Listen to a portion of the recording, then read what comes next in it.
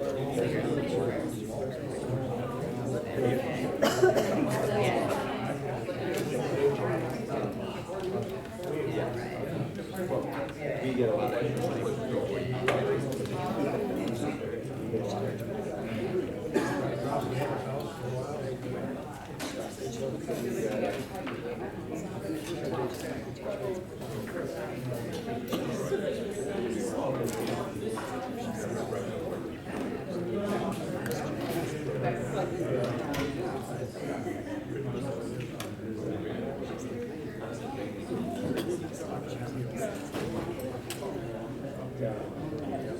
right, testing. You can all hear me? Yep. Great. Hi, good afternoon. I am Brenda Grass. I'm the chairperson of the Therapeutics Committee, and I'm here to welcome Dr. Daniel Stein. He completed his Doctor of Medicine at Creighton University and then did his internal medicine residency at the University of Arizona. He completed his fellowship in gastroenterology and hepatology at the Medical College of Wisconsin and also the University of Chicago. He currently is on faculty at the Medical College of Wisconsin since 2010, and he is the medical director of the Inflammatory Bowel Disease Program at Froedtert and MCW. Both the Therapeutics Committee and the CME Committee requested Dr. Stein to not only update us on C. difficile, but also educate us on ways to help reduce risks of C. difficile infections as part of an ongoing effort by a specific hospital task force to reduce our C. difficile rates here at Magnesian Healthcare. So the Therapeutics Committee hopes that after listening to him, not only will providers' prescribing habits of PPIs and antibiotic stewardship be influenced, but also the simple things such as hand washing technique and putting the patient in appropriate isolation. So with that, we welcome Dr. Stein. Thank you.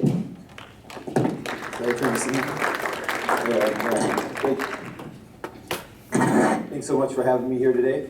Everybody hear me okay? Great. Thanks for that great introduction, Dr. Glasser. Sorry, I keep wanting to call you Dr. Grass. Dr. Grass. No, okay. There you go. Now it'll be easier to remember.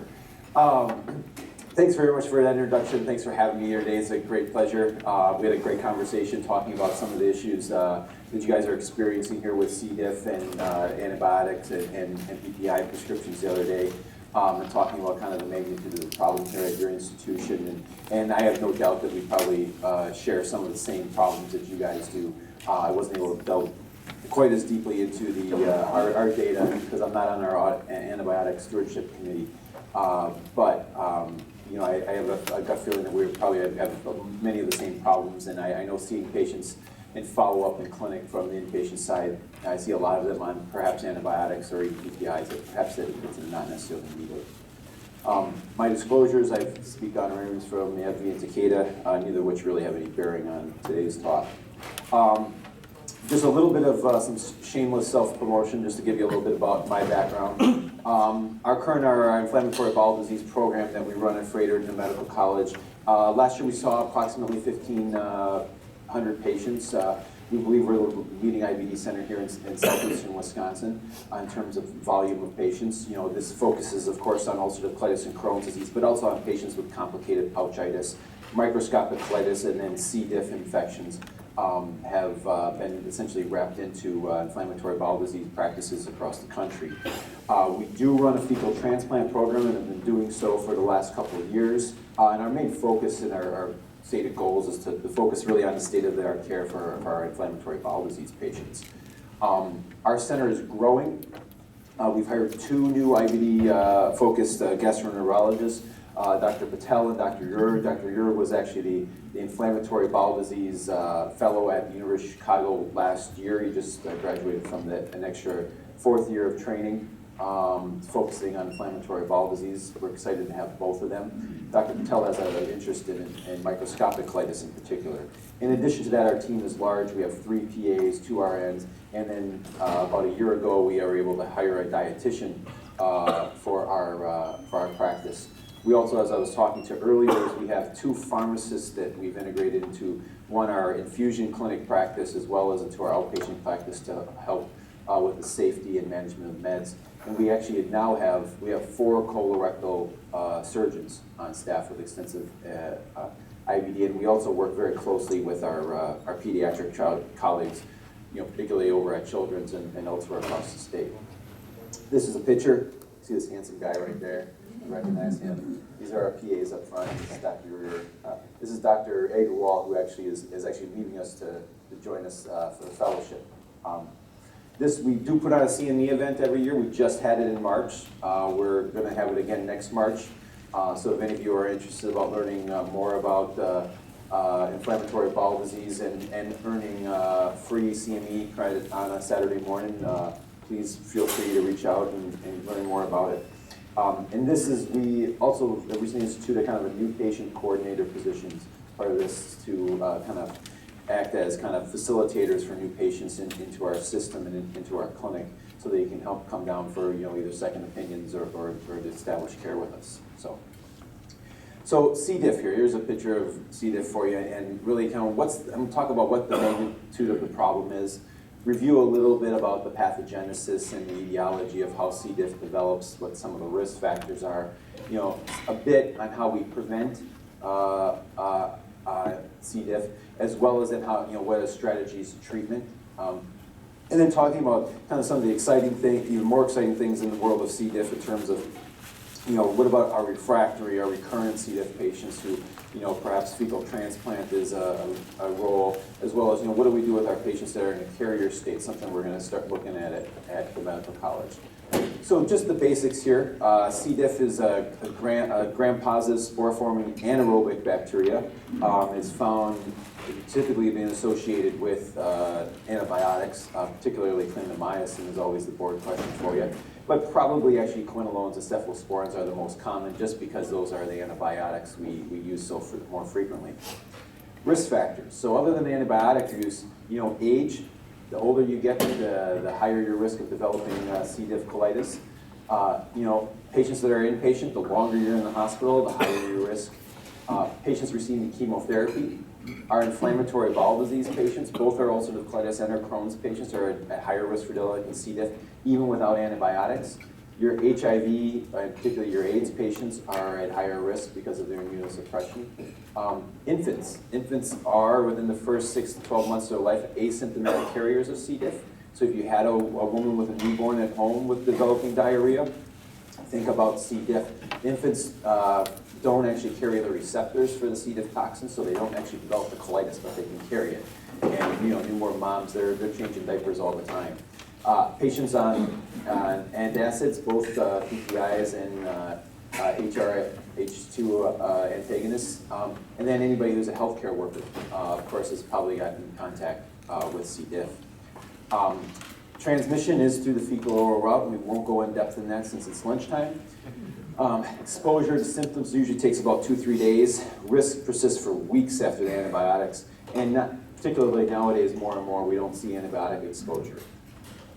Just to review a little bit, what happens is most commonly patients will ingest spores. These spores will enter the stomach. They also can ingest these vegetative cells. Typically, those vegetative cells do not survive the gastric acid, and about half of your spores will survive the gastric acid, which is an important part why we'll talk about later what the possible mechanism is behind the PPI issues. As these spores reach the small bowel, then they will turn into the vegetative cells. They have flagellae as well as a polysaccharide capsule that help them resist phagocytosis throughout the bowels. And then once they reach the colon, this is where they really thrive and start to multiply and can start causing trouble. The place where they start, how does C. diff develop from just colonizing the colon to start developing trouble is basically you look on here and we start from the, I have my finger in front of the laser, that's why. If you start from the left to the right here, you can see that the good bacteria here in yellow, when exposed to antibiotics, you will kill off the good bacteria. However, for most antibiotics, particularly your quinolones and cephalosporin, they'll have no effect on your C. diff. and you kill off the good bacteria. This will allow your C. diff, which is represented by these red ovals, to start reproducing and start producing toxins, which are the little white specks here. They will then start attacking the epithelial cells, enterocytes, recruiting to leakage as well as recruitment of additional PMNs, fluid secretion, and then the diarrhea and the pseudomembranes that we're so familiar with. Pathogenic strains of C. diff produce two toxins. There's a toxin A and a toxin B. They got very creative with these names. The genes reside on a pathogenic loci that are very similar, is on the same pathogenic loci. The toxins share very similar structures. We think they both play a role in the disease. You can get a little bit mild form with either one, but really probably both of them together. There is a small percentage of people that will be negative. The virulence factors, as I mentioned, they have these flagellar proteins as well as these surface layer proteins that help them evade phagocytosis, as well as the adhesion proteins that help them adhere to the gut mucosa. The toxins A and toxins B, we mentioned, the one was essentially an enterotoxin and one was a cytotoxic toxin. These are the two most common. The binary toxin, we'll talk a little bit more in a couple of slides about how this is probably the toxin that's associated with the more aggressive BiNAP outbreak of C. diff. There have been large outbreaks in the past, within the recent decade, of this BiNAP 027 strain. It actually produces 16 times as much as toxin A, as 23 times as much as toxin B. There is this toxin regulator gene, which we think is probably the cause for that development, although we don't really know. This also is associated with increased fluoroquinolone resistance. This was first identified in 2002 in Quebec, and then since spread throughout the United States. We talk about they have the addition to this binary toxin that is also thought to play a very toxigenic role within the guts. This particular strain is associated with a mortality is approaching 7%. So it's a pretty aggressive C. diff form there. It has a very high rate of toxic megacolon as well. Additionally, even throughout the U.S., we're also seeing a spread of C. diff infections, not just from our hospitalized patients and our antibiotic-exposed patients like we had always typically seen. We're seeing this spread throughout, younger, typically healthy patients, seeing it more frequently in our peripartum women, and more commonly in our patients with antibiotics. It's thought that there probably is some sort of source, probably within the food source. They've actually isolated C. diff through ground beef purchases in Canada. So I'm very happy that we're having turkey here today. This is data going all the way back to '96 showing rates over time of discharge diagnosis. Bless you. This is any diagnosis at the time of discharge from the hospital. You can see the rates of C. diff have started to take off after 2000. Additionally, this is actually a paper from a co-fellow of mine, Dr. Ashwin Krishnan, who's now at Mass General. He additionally they carried this data out to 2008, and the similar trend continued out, that there is definitely an increased rate of C. diff. Whether we're looking for it more, I don't know. That certainly is variable, but there does appear to be an increased rate. Clinical presentation, and this is important. It may seem mundane, but it's also very important to remember what our clinical presentation of C. diff is, because before we start testing our patients for C. diff. Typically, patients will have watery diarrhea. Bloody stool can occur in these patients, fever, abdominal pain. Oftentimes you'll see a leukocytosis, often kind of very profound leukocytosis. Pseudomembranous colitis you'll find endoscopically. Very severe is where people will get sepsis and SIRS criteria, develop toxic megacolon, and even perforation and even death, usually as a result of the complication of those things. There are several different models out there to help us identify who has severe disease and who does not have severe disease. I like this one when I'm talking with our fellows and our residents and so on, because I find it very simple. This is from the IDSA guidelines a few years back. But basically, it says that anybody who's over 65 has a creatinine that's more than 1.5 is their baseline, or has a white count of 15,000. These are people that have basically severe C. diff, and I'll show you why that's really identifying those patients important, is because it changes up how we want to manage those patients. Severe disease with complications, these are the people that develop the hypotension and the shock, the ileus, and obviously the megacolon, which is a surgical emergency. And you see a nice example here of a toxic megacolon right here. Here is an example of a normal. This is one I stole from my lecture I give our second year med students, so I give them an example of what a normal one is. But you can see here, obviously, there's a massively dilated transverse colon. Toxic megacolon is, by definition, only about 5.5 centimeters. If you think about it, that's really not that big. I mean, you probably see a lot of exercise where you get that. So toxic megacolon is not just a dilated colon, of course. It also occurs with all the severe symptoms. So how do we make the diagnosis? So the important part is before we start testing people for C. diff, particularly nowadays with our highly accurate testing, is we want people in the presence of diarrhea or an ileus. And then we test them for their stool for C. diff toxins. You can, by exception, make the diagnosis without testing for the C. diff toxin if you do see the classic pseudomembranes. I would not rely on seeing the pseudomembranes as reliably. Testing should only be done in the setting of significant diarrhea or an ileus. Testing somebody with solid stool is a little bit of a waste of time. They actually can't run the test on solid stool. And then what do we do in the setting of somebody that has a positive test but doesn't really have symptoms? For some reason, the C. diff, let's check for reasons we're not really sure. I do find there's a fairly high false positive rate with particularly the C. diff NAT test, or these patients are in the carrier state. And in particular, the carrier state, we really don't know what to do with those patients right now. Certainly, probably the best test that's out there on the market and most conveniently used is this PCR or C. diff NAT test. It's highly sensitive, highly specific. It's fairly rapid. Usually our lab turns it around in 3 to 4 hours for our patients, so it's much quicker than the old ELISA test we used to have. It does appear when you compare it to the gold standard of an anaerobic culture, it does appear to be have a sensitivity and a specificity in the high 90s. Much better than the ELISA. I still do see they're just from my subjective feeling is I do see a high rate of false positive patients where they'll get, basically, you're not convinced they're having diarrhea, but someone's checked the C. diff that is now positive.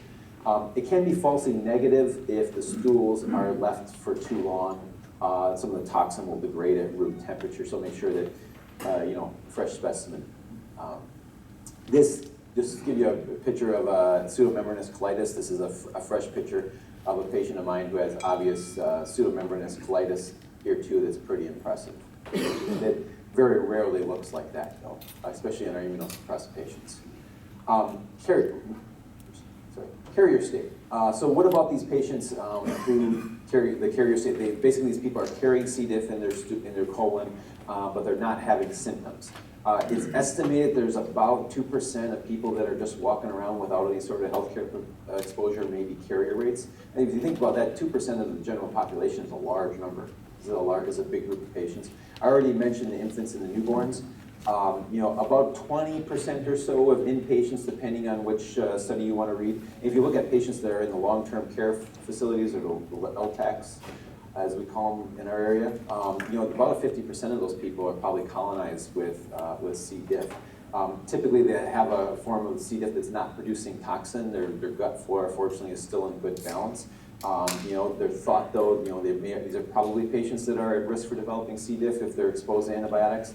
And they certainly are, they're a reservoir for contamination for other patients. There's really no good data right now in terms of treating these people. Like, what do we do with these people that are colonized?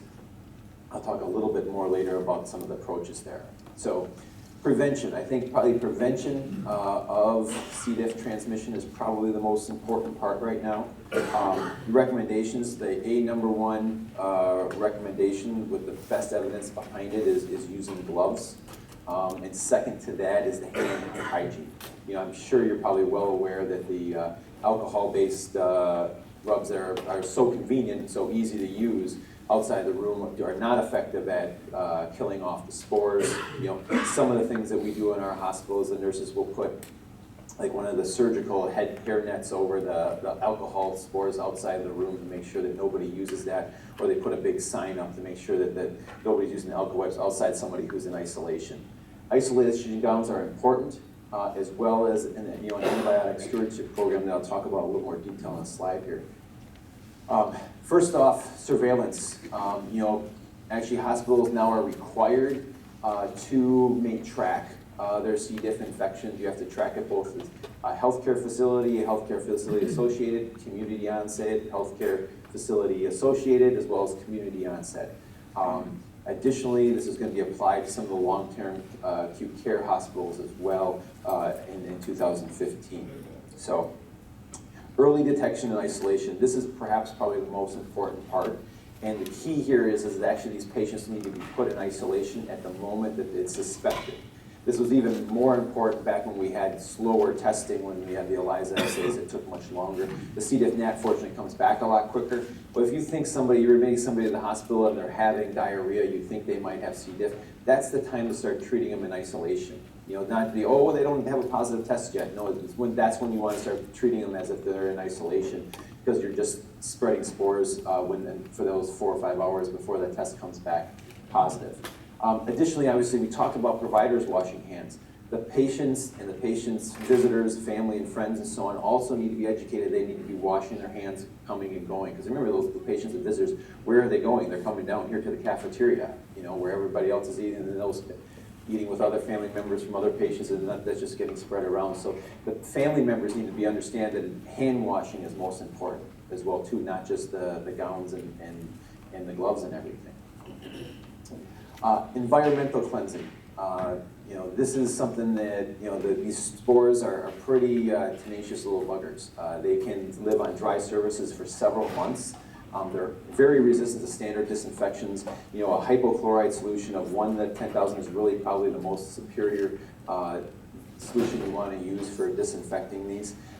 You can also, if you're not sure, look for, there's a sporicidal label from the EPA on the side of your cleaners. So look for that and you'll be able to use that. Antibiotic stewardship is very important. To put some numbers into the magnitude of the risk, in the first month after an antibiotic exposure, patients are anywhere from 7 to 10 times more likely to develop C. diff, and it's still at 3 times risk even 2 months out. So this is a risk that persists for months. Some people think it persists even for 3 or 4 months, depending on what study. But this is a risk that we can manage. There are numerous articles out there about antibiotic stewardship programs that have shown quite a bit of success, and here's a couple examples. There's one from England where they actually had a nationwide antibiotic. Obviously their healthcare system is a lot different than ours, so it's easier for them to do those things. But just by restricting use to fluoroquinolones, they were able to decrease C. diff rates by about 50%, and even more important, they were able to decrease rates of that severe form of the BINAP 1 strain of C. diff.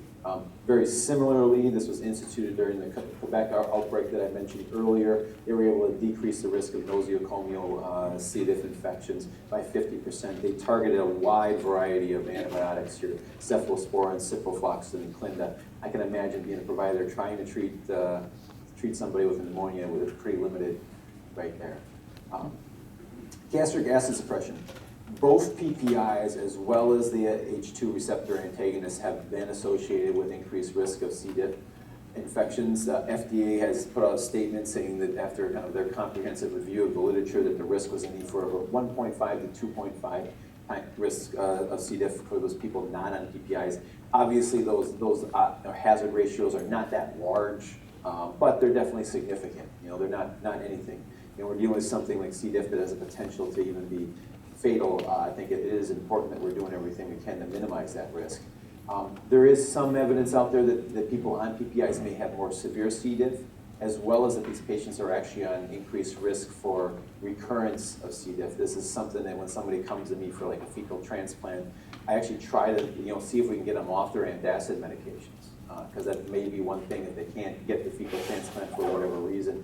Getting them off that PPI may help, increase or decrease that gastric acid pH, if you will, and therefore, if they're reinfecting themselves at home from some source you can't identify, perhaps now they can kill it in their stomach. What's the mechanism? As I alluded to, probably the decreased acid production is allowing more of these spores to travel through the stomach where they can't be killed. There's also some evidence out there that, chronic PPI use does alter the gut flora somewhat. So perhaps there's just a slightly different microbiome in these patients that are on chronic PPI. When we talked, actually, this slide kind of stemmed over Dr. Grass's and I's conversation is, in building off the antibiotic stewardship program. I wasn't able to find anybody that published anything on like PPI stewardship type program. And I think that may be something that's worthwhile looking into, knowing the association. Remembering that, I think PPIs are something that are widely used when people come into the hospital. Really their true benefit has been shown in patients that are ventilated in the ICU, patients with traumatic brain injury, and then, of course, patients with upper GI bleeding. So this is really where their major benefit, particularly on the inpatient side, has been shown. There are, of course, patients with heartburn on the outside, which is much different. But consider stopping these things when they're no longer needed.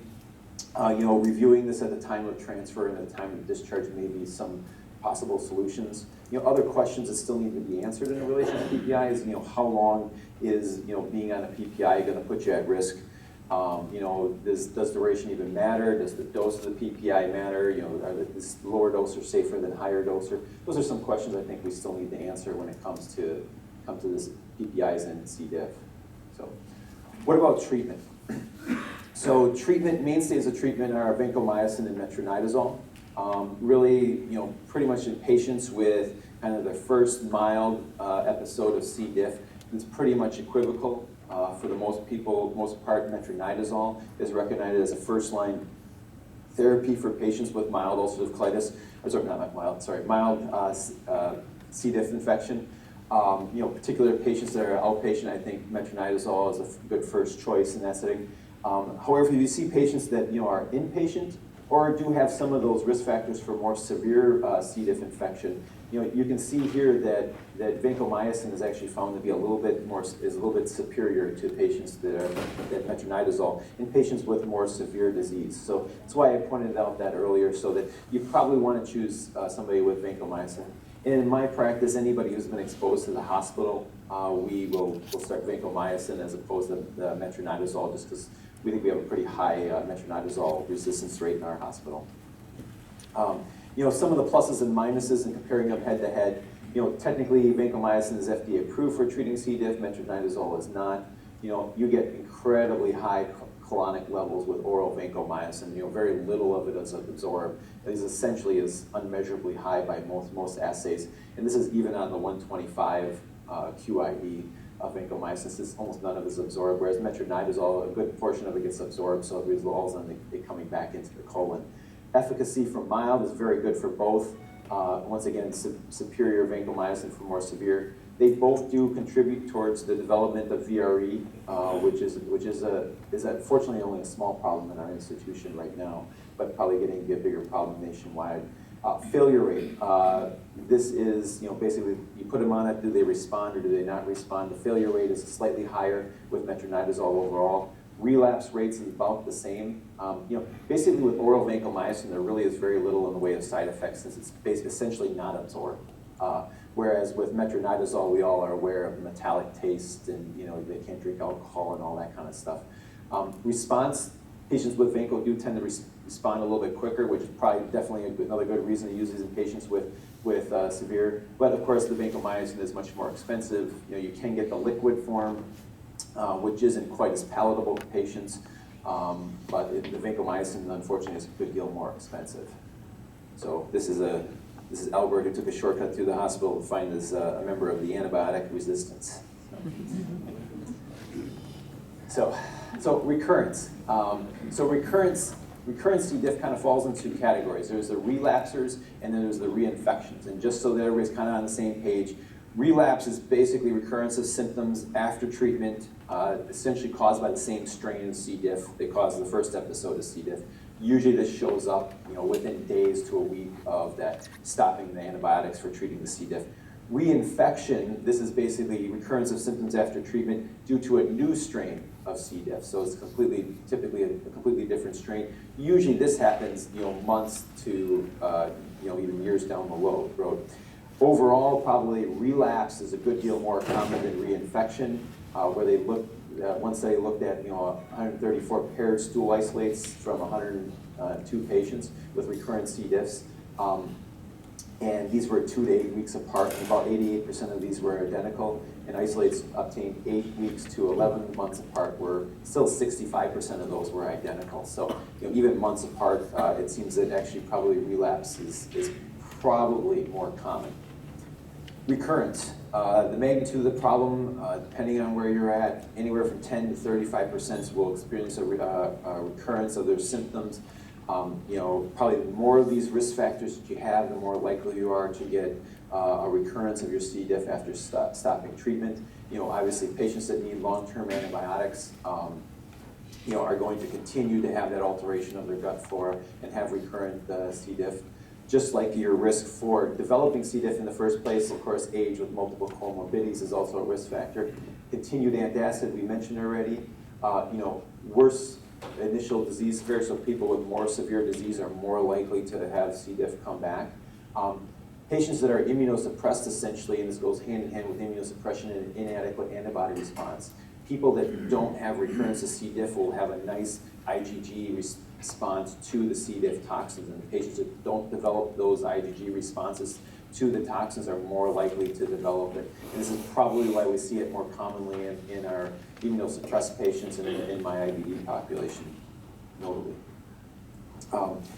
Additionally, there does appear to be a trend towards there being a higher rate of metronidazole resistance. This is this is a review showing multiple different studies over years from 83, 96, all the way up to 2006, showing that the rates of metronidazole resistance is continuing to trend up across studies in the literature. This actually right about here is a split between, is right around 93 where we see that the development of that BiNAP strain start moving its way across the country. So treatment for recurrence, mild disease, probably a second course on the outpatient side. Metronidazole might be appropriate if they had a good response initially. Most patients that have a recurrence, I think vancomycin is probably a more appropriate choice. Perhaps a longer course with a taper of vancomycin, what they call kind of a pulse taper of vancomycin.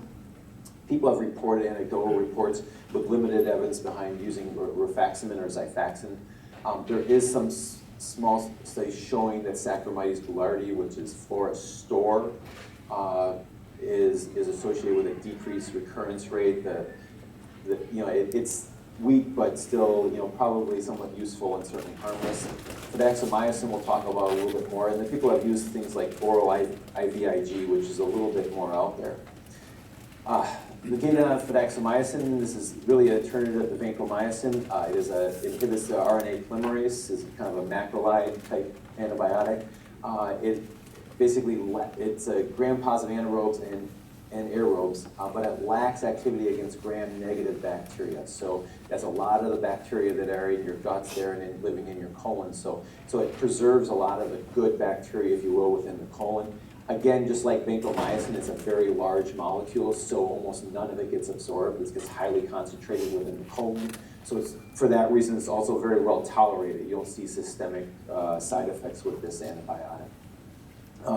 Basically, in the clinical trials here from the New England Journal a few years back show that basically the clinical cure here was identical to standard treatment with vancomycin. However, where we saw the big difference with the fidaxomicin over the vancomycin was in the recurrence rate. Only a 13% recurrence rate with the fidaxomicin versus 24%, almost 25% with the vancomycin. And that's thought to be attributed again to the slightly narrower spectrum of the antibiotic itself.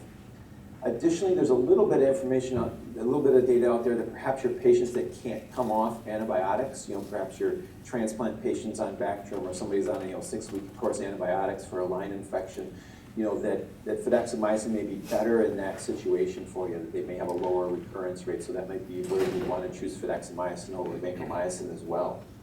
The biggest problem here, of course, is that it's very expensive. It's approximately $2,800 for a 10-day course. There is a pretty robust patient assistance program, and at least personally, we've had a good experience at getting this covered and or paid for with most patients. You know, I remember, I mean, vancomycin is still, close to $900, $1,000, depending on where you're buying it from. So it's not necessarily cheap either. And this may be an option, particularly if they have, if they are eligible for the patient assistance. What about after treatment? So after treatment, a good chunk of our patients are going to continue to shed spores for as many as 6 weeks.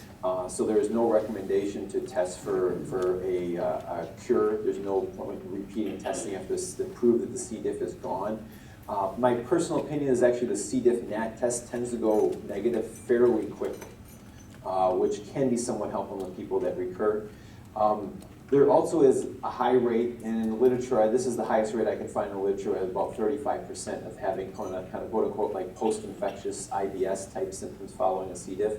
And clinically, it can be very, very difficult to distinguish post-infectious IBS from a true recurrent C. diff.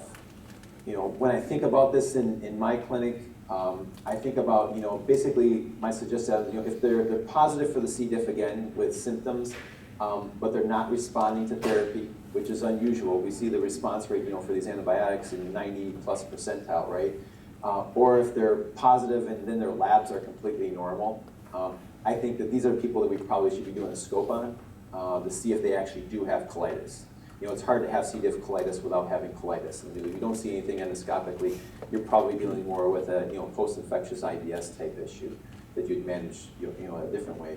I think if they're positive and then they respond to therapy, clearly I think that's a good indication that they actually had it, or or their labs again are abnormal. I would treat this as a real recurrence, and then we kind of will go down our algorithm and trying the different things that we do in patients with recurrent C. diff. And I see this a lot in my clinic, especially I think probably about 30% of the people that are referred for fecal transplant in my clinic probably come in, a lot of them are falling in this category of this post-infectious IBS that are persistently positive on their CD SNP, so I end up scoping a lot of these people. Really, lastly, that I didn't list off this earlier was the whole fecal transplant, the FMT or fecal mycobacterial transplant. This is a job that really stinks, of course. Our techs love this. When I describe it to patients, I tell them this is a super probiotic. This is about as much, it's so much probiotic that there's no way I could give it to you orally because you'd never tolerate it. Basically, what it does is, basically the thought is that you're acting to repopulate that gut flora with the donor feces. There's been multiple ways to do this. NG tube, there's now a pill form I'll talk about, enemas and endoscopy. It appears to be that the colonoscopy itself, and the fusion into the cecum or the right colon, appears to be the most effective method of performing the fecal transplant. Almost all these patients will be patients that are having recurrent C. diff, where they're having a relapse after stopping antibiotics. So typically they're on antibiotics for some time before you do the procedure. You stop the antibiotics for a couple days prior to doing it so that you don't kill the transplant. Just a brief overview that this was first done actually way back in 2003. Small study, 18 patients with recurrent and refractory C. diff. 15 of the 18 had a resolution of their symptoms. There actually, though, were 2 patients that actually died in the study, so that actually made people a little bit nervous about investigating this a little bit more early on. But these patients were very, very sick and actually died of complications of their C. diff, and only one of these patients had a recurrence. Kind of a representative systemic review, there's many of them out there, basically showing that the kind of the mean across all modalities is about an 85% safe response rate. It does appear to be safe, it's cheap, and it's an effective procedure. Basically the big thing limiting fecal transplant is the logistical concerns. Our transplant nephrology colleagues, for example, when they're evaluating a kidney donor, the insurance company of the recipient is going to pay for the screening of that donor. It's a well-established treatment modality, whereas fecal transplant is not quite there yet. So the issue is that trying to get screening the donor for infectious diseases, such as Hep C and Hep B and so on, the insurance of the recipient will not pay for that currently. And that's something that hopefully will change, but you'll see there are probably actually going to be some ways around that coming up in some future directions here. And the first way to get around there is there actually is a company out there called Open Biome that actually is marketing three different products here. They have one that has basically the mode you'd use for colonoscopy delivery of the fecal transplant. This actually comes frozen, and you thaw it out just before you're going to use it. You do your colonoscopy, and you instill it through the colon through the colonoscope into the right colon. They have had on the market now two kind of a super concentrated one that's for upper delivery, where you'd either do an EGD or put an NG tube down. So similarly, this is frozen. You do it, and they just recently had on market with basically a frozen capsule preparation as well too that they're marketing. They have actually fairly limited data in the literature on their product itself. There is some good data, though, from the University of Minnesota showing the frozen product instilled through the colonoscope actually is probably pretty just as effective. Pills.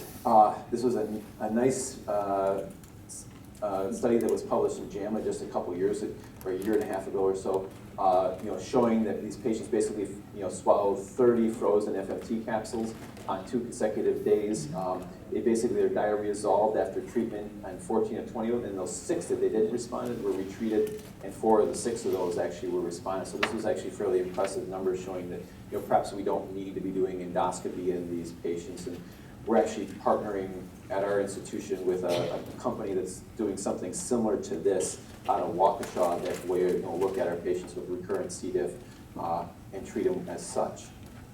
Additionally, there is a group that is actually growing synthetic stool in a lab, where they're kind of keeping up the kind of the biodiversity of the colonic flora in a test tube, if you will. And they've done this in 2 patients so far with some of the name of their company is Repopulate.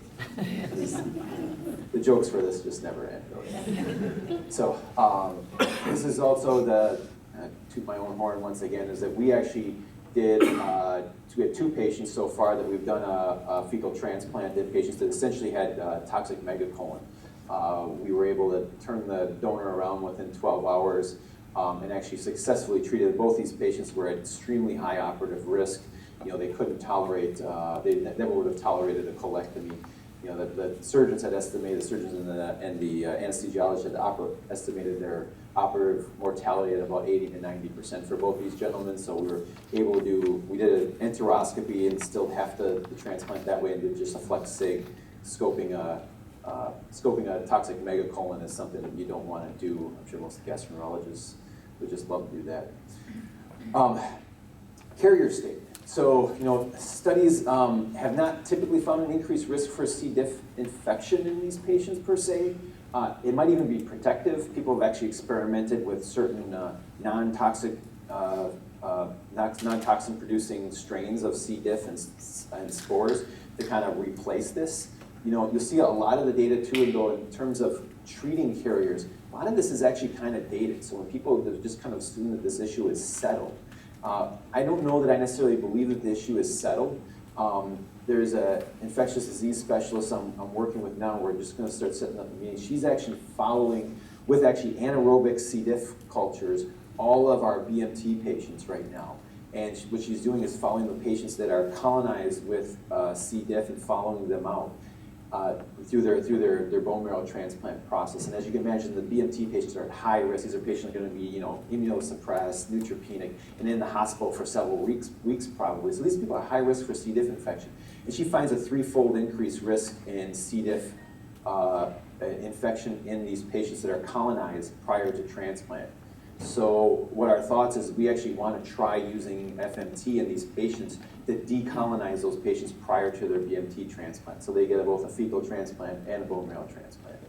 I think, and then just, me describing what the carrier rates out there, and the thought of the number of our patients that are going to be immunosuppressed, say, prior to a kidney transplant or heart transplant, or even perhaps in the IBD world, this may be a consideration that maybe we can detoxify these patients from C. diff. Certainly may not prevent reinfection, but this is, I think, an area that we're very excited to start exploring.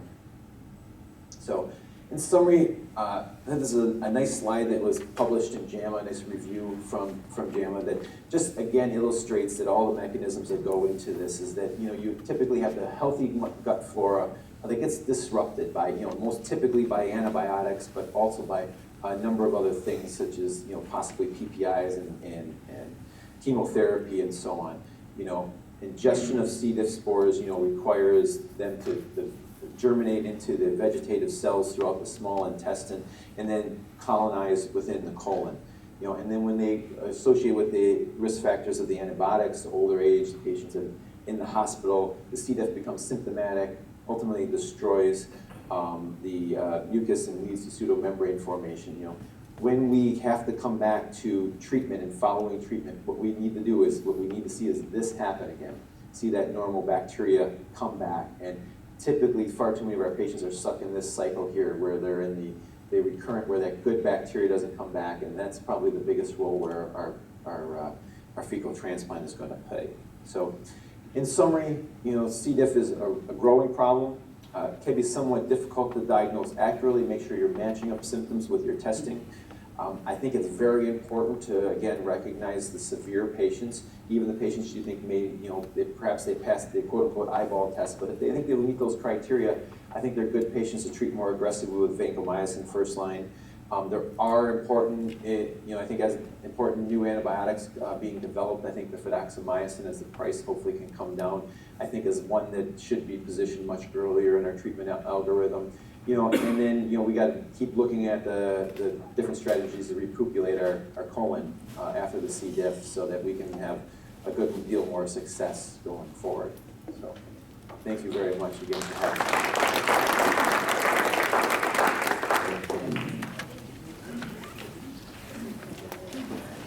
Yes, sir. That's a good question. The hard part about the colonization bit is it depends on how you want to use it.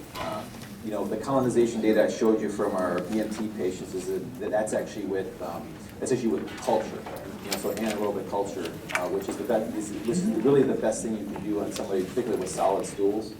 But in the healthcare population, healthcare worker population is probably about anywhere from 5 to 10%. So depending on, like I said, what study, how you're gonna define it, because some people define it as an ELISA test, or some people define it as a C. diff NAT test, and so on. Does that make sense to you? Anywhere from like 5 to 10%. You talking about those People that are well, we're the people that are asymptomatic carriers. I think there's a good portion of us that are asymptomatic carriers. I think, that's it. The rate systems in the community are about 2%, which is huge.